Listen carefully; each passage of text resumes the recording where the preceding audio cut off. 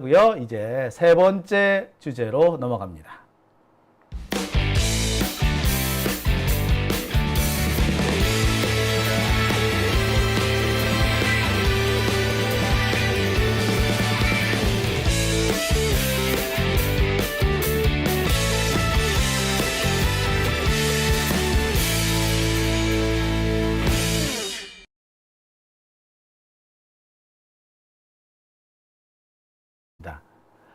자, 최근에 공수처가 윤석열의 통화 기록을 털었습니다.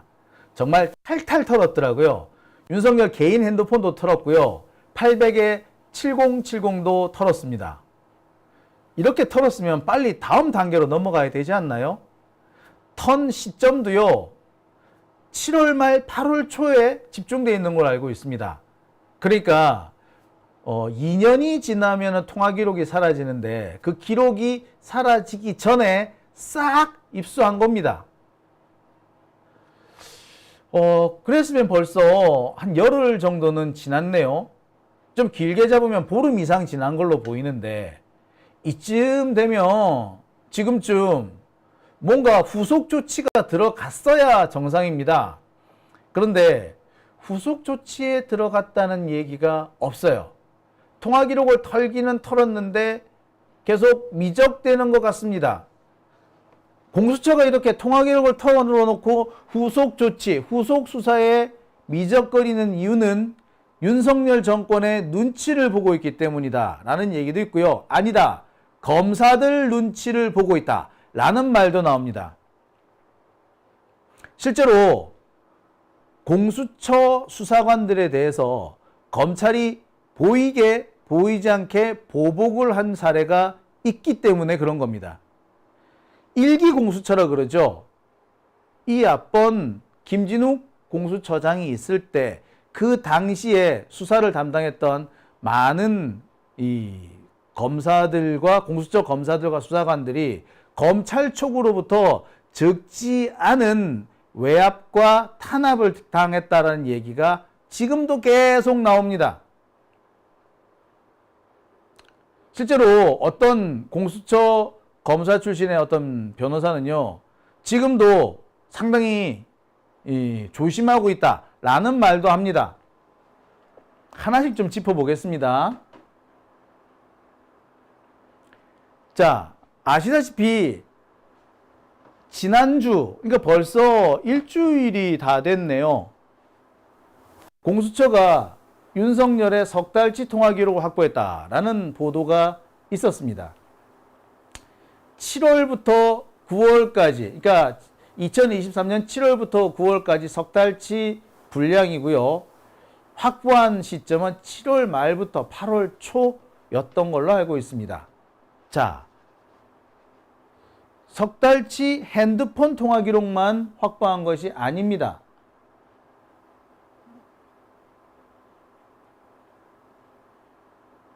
(800에 7070) 이 800에 7070이 누구 전화번호냐 가지고 상당히 우리가 갑론을박 많은 얘기들이 있었죠. 800에 7070은 아마도 윤석열의 것일 것이다 라는 증거가 거의 확실해지고 있는 상황입니다. 보면은 800에 7070으로 장관들한테 막 전화를 걸어요. 장관들한테 이렇게 막 전화를 걸 수 있는 사람? 네, 대통령 말고는 없을 거예요. 대통령 비서실장? 글쎄, 근데 대통령 비서실장한테 네 번호냐니까 제 번호는 아닙니다 라고 얘기했거든. 비서실장도 아니고 경호실장도 아니고 국회에 나왔던 뭐 비서관들, 주요 비서관들 핸드폰 번호도 아니었어요. 비서실 번호도 아니었대. 그런데 뭐 장관들한테 막 전화 걸어 수시로. 이거는 윤석열 번호거나 김건희 번호거나 둘 중에 하나겠지. 아무튼 자, 800에 7070에 대한 이 통화 기록도 확보가 됐습니다. 자, 이쯤 되면 거의 다 된 거 아니야? 그죠? 다 됐는데 뭐 하는 거지? 이것도요, 보면은 지난 7월에서 8월 초 사이에 확보가 된 겁니다. 이거 역시 2달치 이상이 확보가 된 걸로 되어 있습니다. 원래 7월 달 거는 이미 확보가 되어 있는 상태였기 때문에 그 이후 8월, 9월께 집중적으로 확보가 됐습니다. 그러니까 총 적어도 석 달치 이상이 확보가 된 거죠. 시간은 아까도 말씀드렸습니다만 8월 초예요. 그러니까 지금 시점으로 계산해 보면은 적어도 열흘 이상이 지난 겁니다. 압수한 이 자료를 가지고 분석하는 시간 충분했어요. 지금쯤 되면은 후속 조사가 진행이 되는 것이 정상입니다. 순서는 딱 그 순서여야 돼요. 그런데 그 다음으로 진행이 안 되고 있습니다. 사실 지금쯤 되면 아까도 말씀드렸습니다만 당시 통화한 대상자들을 불러야 돼. 그래가지고 그 사람들에 대해서 소환 조사를 하고 그 사람들의 핸드폰을 열어봐야 돼. 핸드폰 열어보면 딱 나와. 번호가 뭐로 저장되어 있는지 나올 거 아니야. 장관 핸드폰 열어보면 나올 거 아니야. 원희룡 핸드폰 열어보면 나올 거 아니야. 보면은 800에 7070으로 원희룡한테 전화 건 기록이 나오거든요. 그럼 핸드폰 열어보면 되라. 주진우 전화 받았잖아. 그럼 주진우 핸드폰 열어가지고 800에 7070이 뭐라고 기록되어 있는지 보면 알아. 그래서 이름 바꿨으면 어떡하느냐고요? 아니, 그것도 기록에 남아있어요. 그것마저도 기록에 남아있어요. 자, 그러면은 빨리빨리 지금 다음 단계를 진행해야 정상 아닙니까? 왜 안 하죠? 왜 안 하지? 예. 문제는 그 부분에 있는 겁니다. 신속하게 다음 단계를 넘어가야 되는데 추가 수사가 진행이 안 됩니다. 이와 관련해서 공수처 쪽에서는 인력이 부족해요. 수사 분량이 너무 방대해요. 우리가 해야 될 게 이것 때문만 있는 게 아니거들랑요.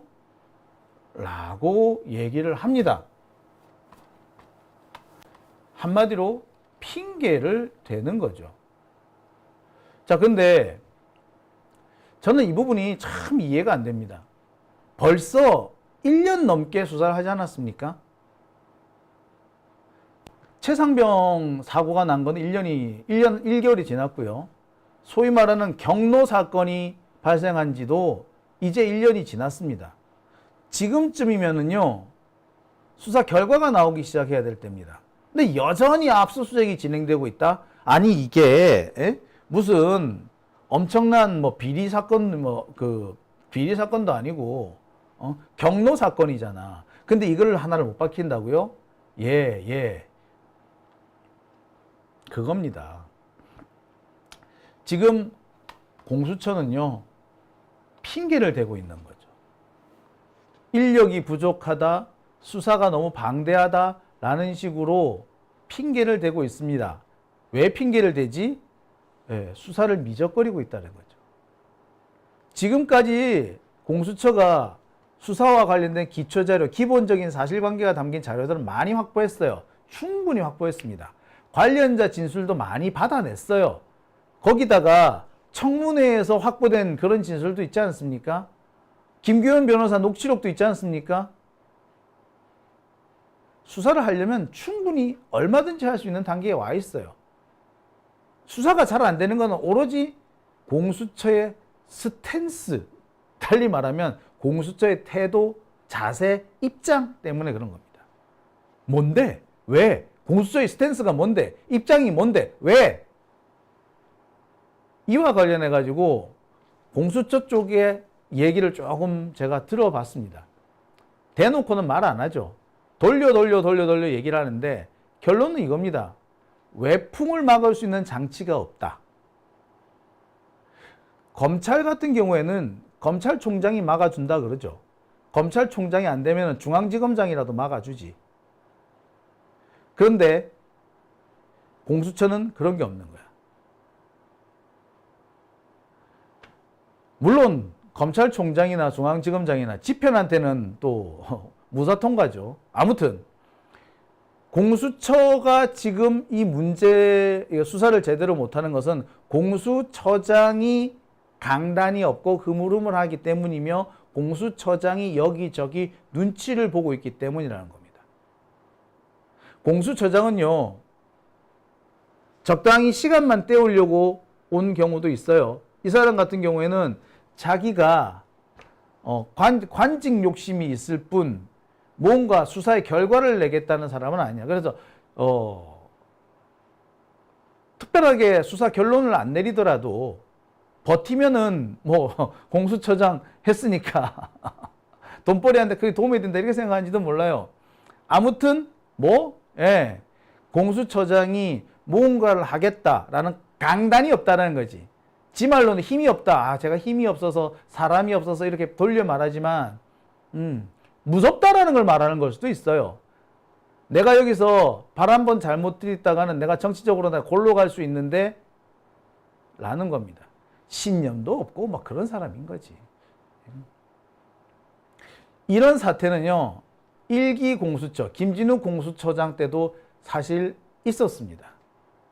당시 수사를 담당했던 이 공수처 검사나 공수처 수사관들이 알게 모르게 대단히 곤욕을 치렀습니다. 검찰 측에 보복을 당한 사례가 적지 않아요. 공수처 관계자들이 괜히 다른 걸로 꼬투리 잡혀가지고 처벌을 받는 경우는 기소당한 사례도 많았고요. 그런 건 보이지 않는 사례고요. 드러나게 이렇게 아주 박살이 나는 경우도 있었습니다. 자, 이 사태가 대체적으로 이 사태 사건이었죠. 고발사주 사건 수사를 하다가 당시 이 공수처가 대검 대변인 핸드폰을 압수한 적이 있어요. 이때 아주 쌩 난리가 났었습니다. 그러면서 당시 압수를 하도록 좀 도와줬던 대검 감찰과장이 오히려 검찰의 보복 수사를 당합니다. 그리고 여러분 잘 아시겠습니다만 대검 감찰부장이었던 한동수 부장 같은 경우에는 지금까지도 고통받고 있죠. 지금도 계속 검찰의 보복에 시달리고 있는 겁니다. 그리고 당시 이때 이 수사를 관여했던 그 몇몇 검사들은요, 최근까지도 검찰의 사적 보복에 시달렸다. 지금도 계속해서 신변의 위협을 느끼고 있는 그런 사람들이 많습니다. 당시 보면은요, 참 처참한 것이 기자들까지 덤벼들어가지고 당시 때 이 김호수 검찰총장이 기자들한테 붙잡혀가지고 1시간 동안 사실상 감금 상태에 빠진 적도 있어요. 대검 대변인 핸드폰 압수수색했다고 그거 가지고 시비 털고, 아니 대검 대변인 핸드폰이 지들 핸드폰은 아니잖아. 근데 그게 언론 탄압이라면서, 야, 이 새끼들 미친 새끼들 아니야? 지금 같을 때는 언론 탄압, 이건 언론 탄압, 지금 윤석열이 하고 있는 거는 언론 탄압이라고 말도 안 하지 않습니까? 그런데 대검 대변인 핸드폰 압수수색 된 거 가지고 그 쌩 난리. 대검 대변인이 뭔데? 뭔데 그게 압수수색인데? 안 그렇습니까? 그거 압수수색했다. 그게 언론 탄압인데. 예. 말도 안 되는 얘기죠. 근데 그 쌩 어거지를 쓴 거예요. 이때가 뭐였냐면 고발사주 사건 때였고, 이것 때문에 당시 담당 공수처 검사들하고 수사관들이 엄청 고생을 했습니다. 예. 문제는 이 뒤에 공수처 검사들이나 수사관들이 엄청 몸을 사리기 시작했다는 거예요. 그리고 그게 지금까지 이어지는 겁니다. 이런 것들을 깨주려면 공수처장이 강하게 나서서 딱 막아줘야 되는데 흐물흐물한 거지. 그러니 수사가 진행이 안 되는 겁니다. 사실 이제부터 통화 목록을 확보를 했으면 이제부터가 이제 중요한 시점 아닌가요? 이제부터 정말 중요한 핵심으로 치고 들어가는 거잖아. 핵심으로 못 치고 들어가는 거지. 겁이 나가지고. 후덜덜덜 하고 있는 겁니다. 자, 이거 어떻게 해야 됩니까? 이 상황을 어떻게 돌파할 수 있을까요? 예. 지금까지 공수처의 태도를 보면은 어느 정도 답이 나옵니다. 지금까지 공수처 태도를 보면은요, 그렇게 해왔습니다. 수사를 하다가 조금 정치적으로 위험하다, 민감하다 싶으면 가만히 있어요.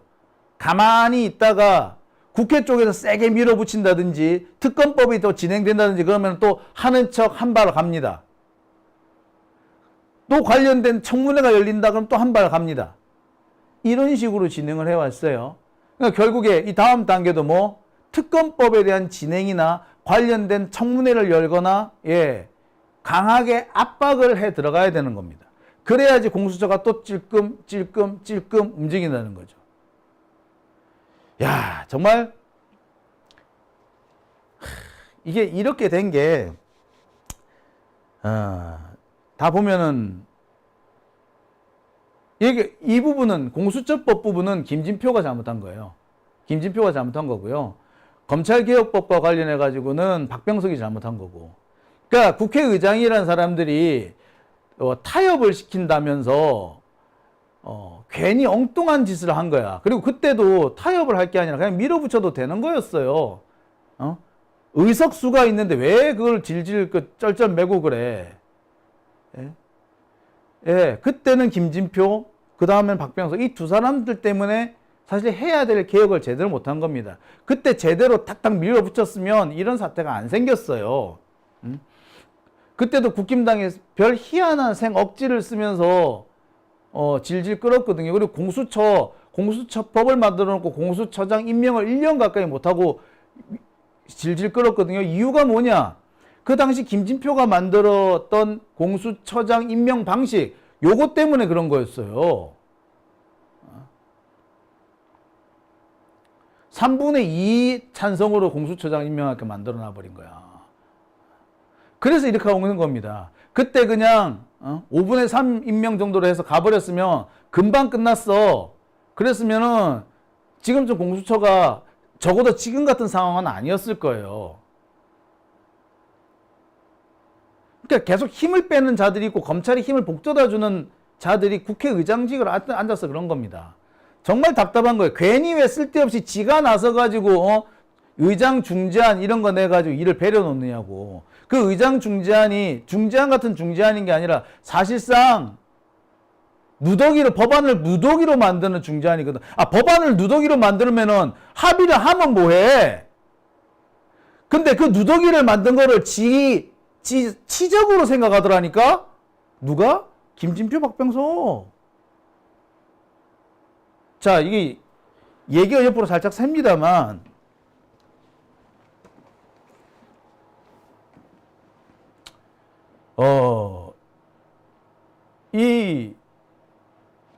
이거 같은 경우도요, 좀 참 많은 부분에서 문제가 있다고 생각이 들어요.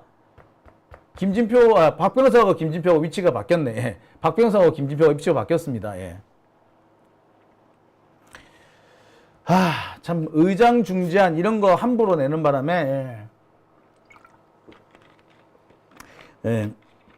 공수처 부분은요. 제가 잠깐 김진표는 다른 거였고 박병석이 그 공수처하고 그 검찰개혁법에서 좀 문제가 있었죠. 공수처법 이게 제대로 짜증나. 하여튼 뭐 여러 가지 답답합니다. 김진표도 김진표고요. 박병석도 박병석이고 괜히 의장 중재안 이런 거 내는 바람에 법안을 누더기로 만들었고 그 누더기로 만든 것 때문에 지금까지 우리가 이 고생을 하고 있다. 라는 생각이 드네요. 참 안타깝습니다. 자, 오밤중의 뉴스 함께하고 계신데요.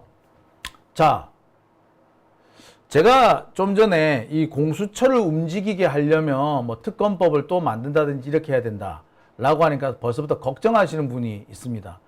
특검법 이제 또 한참 또 지나야 되지 않나요? 지금 그와 관련해 가지고 재미있는 얘기가 지금 나오죠. 그게 말하면 제3자 지명 특검법입니다. 한동훈이가 또 이거 가지고 지가 하자 그래 놓고 또 막상 하려고 그러니까 슬그머니 발을 빼죠. 발을 빼면서 누구를 물고 들어갑니까? 김규현 변호사를 물고 들어갑니다. 그러면서 제보 조작 이딴 소리를 하고 있죠.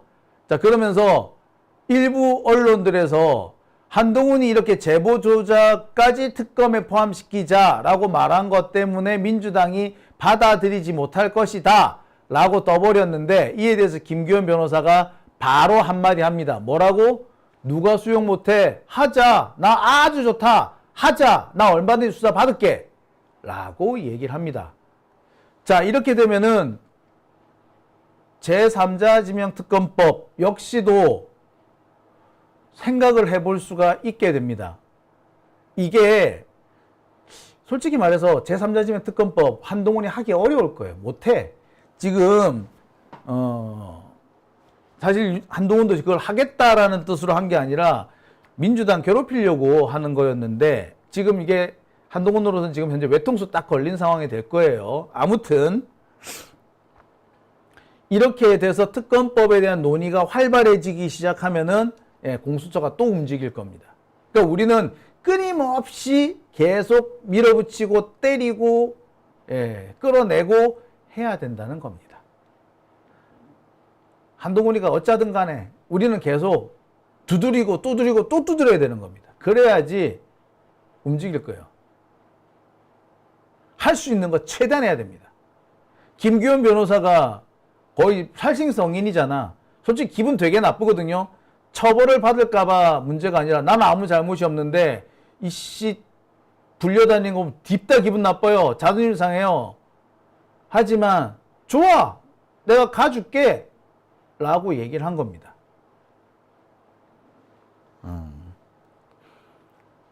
그러니까 한동훈으로서는 핑계거리 하나 잡으려고 했는데 그 핑계거리를 이제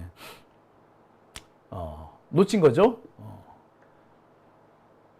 그러니까 우리는 다시 한번 고삐를 바짝 죄어야 될 때가 왔다. 이렇게 생각이 듭니다. 오밤중의 뉴스 함께하고 계십니다.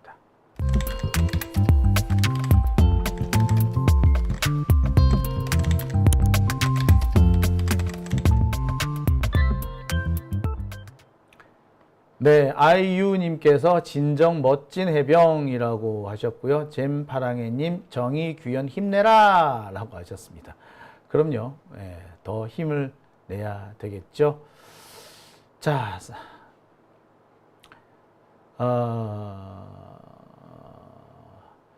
성상훈님 박병석과 김진표만 아니었다면 개검 제국 자체가 바뀌었을 거다. 아휴, 그러게 말입니다. 참 그렇죠. 김종대 전 의원도 땡큐라고 했어요. 그럼요.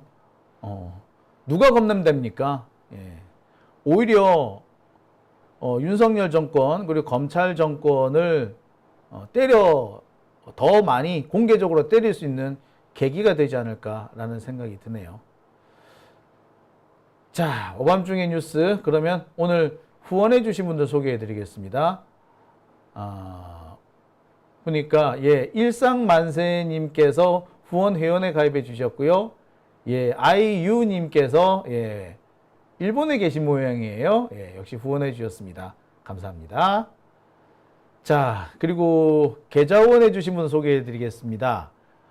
장선기님, 그리고 장선정님, 탄핵 국임당 해체님, 그리고 함께 사는 세상님께서 후원해 주셨습니다. 후원해 주신 분들께 다시 한번 감사드립니다. 자, 오늘 댓글창이 계속 열리고 닫히고 멈춰서고 했다고요? 아이고, 참. 그래서 그런가요? 동시 시청자 수가 자꾸 줍니다. 아이고, 답답해라. 자, 오밤중의 뉴스. 오늘은 제가 여기까지만 하겠습니다. 저는 내일 저녁 때 여러분들 다시 찾아뵙겠습니다. 내일은요, 이재명 대표 재판 소식을 종합을 좀 해볼까 합니다. 지난 한 주 동안 있었던 재판 소식 종합해서 보면은 또 다른 무언가가 보이지 않을까 하는 생각이 들거든요. 재판이 하도 길게 되니까 그동안에 무슨 일이 있었는지 저도 막 헷갈려요. 가끔씩 앞서 있었던 재판 관련된 자료를 딱 보면은 맞다, 이것도 있었지? 라는 생각도 들거든요. 가끔은 시간 내서 이렇게 앞선 재판에 무슨 제가 소식을 전해드렸는지 살펴보는 필요도 있는 것 같네요. 자, 오밤중의 뉴스 여러분 내일 뵙겠습니다. 내일 저녁 때 또 새로운 소식과 함께 여러분들 찾아뵙겠습니다. 여러분 함께 해주셔서 감사합니다. 여러분 편안한 밤 되십시오.